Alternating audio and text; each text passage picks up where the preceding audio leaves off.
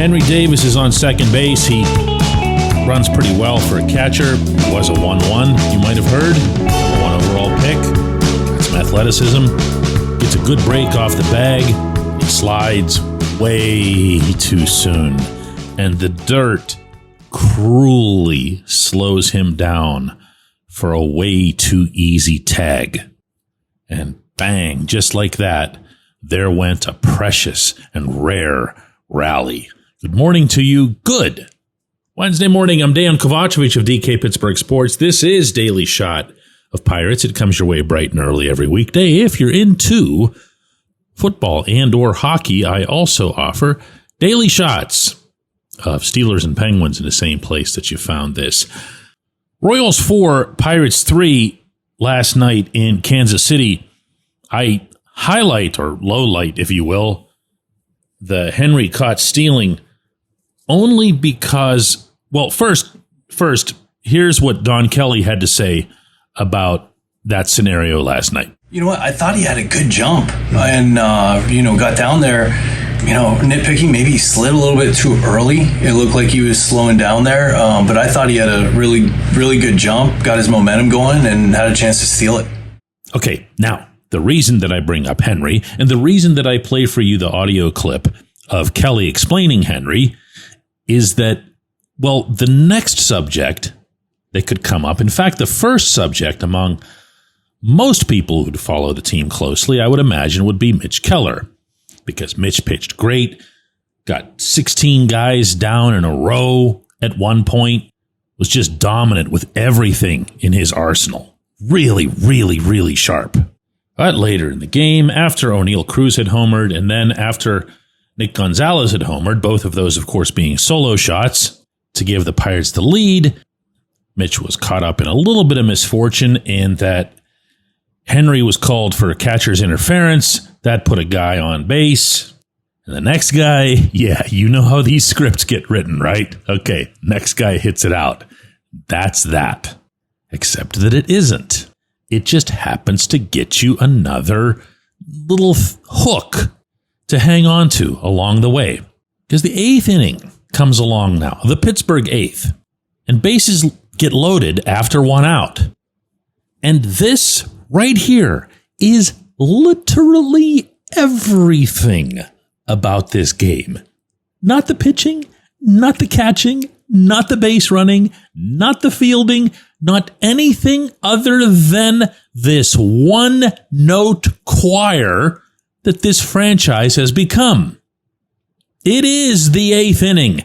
Bases are loaded, and the numbers 3, 4, and 5 spots, commonly referred to as the heart of the order, at least in other places, are due up. This is when the game is either won or lost. Right here, not anywhere else. Right here, bases have been loaded. Brian Reynolds comes up, and you can see from the first pitch onward that all he wants to do, all he's craving, is a walk. He just wants to avoid, abdicate all responsibility for the big hit that's needed. He just wants to get to first base. Maybe we'll disagree on the merits of the walk versus the big hit and everything else here. I'm aware of, on base percentage and stuff like that. I want to see 3, 4, and 5 bury the bleeping game right then and there. Reynolds does work his way deep into the count, and then he grounds the ball sharply to second base, narrowly beating out the double play. A run scores in the process. The game is tied. Yay. Next is Nick Gonzalez, who's batting cleanup for this team right now. That's the state of this roster, that Gonzalez is batting cleanup. As I'd mentioned earlier in the game, he'd hit a home run. Impressive one, too. Straightaway center. You got to really smack it to get it out of Kauffman Stadium in that direction. This time, he sends it right to the shortstop. Easy force. Inning over. Game over. Game over. For the exact same reason that all of these games are over. The moment that any tiny little thing goes wrong, in another facet. And yet, and pardon me for this in advance, please, don't take it personally, but anyone seems to want to discuss or debate afterward, from the best of what I can see, hear, and read, is that little extra stuff. No one wants to talk about the elephant. It's a herd of elephants. It's a zoo of elephants in the living room. The way this team can't hit. And we're getting into, I didn't even mention Don Kelly's decisions and who he chooses to use at what time or when he pulls his starter. It doesn't matter. None of it matters because the Pittsburgh Pirates, can't hit. And the reason that they can't hit is that their general manager has no clue about hitting.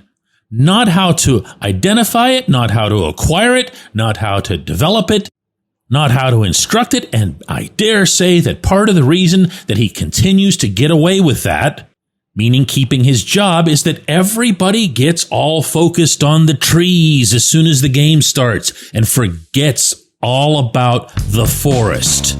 This game was there to be won if the Pirates had even remotely close to a below average offense, let alone a catastrophically awful one. When we come back, J1Q.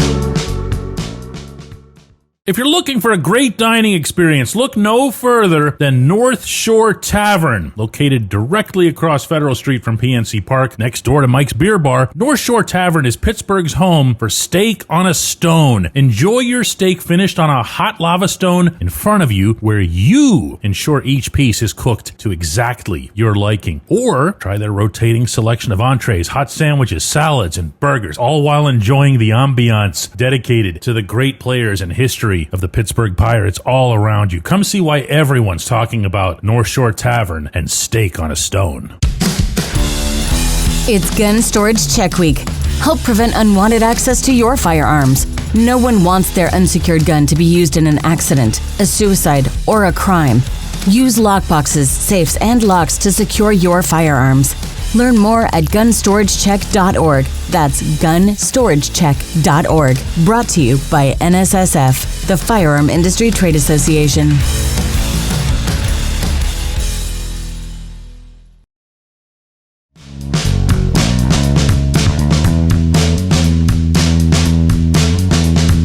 As you might have guessed, it might have come across from the opening segment, I'm not in much of an analytical, carving up the details kind of mood this morning. As such, Wilbur is striking just the right note with today's J1Q that doesn't at all involve a question. Wilbur says, the people running this team just don't think in terms of upgrading anything. The Pirates rank, for example, 28th in FWAR from the catcher position. I could use any other measure or just about any other position and the results would be about the same. But the culture of complacency with the team, and it's not just Ben Cherington, and I doubt that Don Kelly is immune to it, is so deeply ingrained that they don't see that as a problem. So there's no effort to try to change it. Like by giving Henry Davis an extended chance to show that he's not a flop. Everything is just fine as it is. No need to change anything. Wilbur just walks in, makes his little speech, drops his mic, and walks out. And I love the man for it. I really, really do. I appreciate everyone who listens to this show. I appreciate that not only that there's still enough of you who listen to this show, but the number's actually growing. I mean, I'm openly advocating for you to stop doing that. Stop listening to this show so I don't have to do it. And, you know, you can't even do that right. You have to show up and listen to this every day just to make my life that much more miserable. Regardless, we will be back with another one of these tomorrow.